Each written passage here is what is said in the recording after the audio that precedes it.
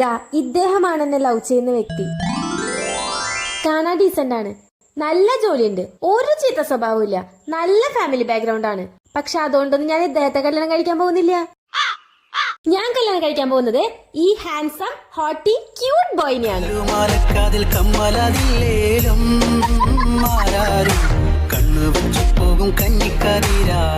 കുട്ടി ഇവനെയാണോ ലവ് ചെയ്യുന്നത്? ഇവന് ഒരുപാട് പൊട്ട സ്വഭാവമുണ്ട്. ദാ നോക്ക്, മയക്കുമരുന്ന് വലിക്കും നോക്ക്. എന്റെ പൂക്കിമണിനെ കുറിച്ച് അനാവശ്യം പറയരുത്. അവന് മൂക്കൊലിപ്പാണ്. അവൻ മയക്കുമരുന്നൊന്നും ഉപയോഗിക്കില്ല, അവൻ കഞ്ചാവ് വലിക്കുന്നുള്ളോ. അപ്പൊ അതൊന്നും പ്രശ്നമില്ലേ? അത് കുഴപ്പമില്ല ബ്രോ.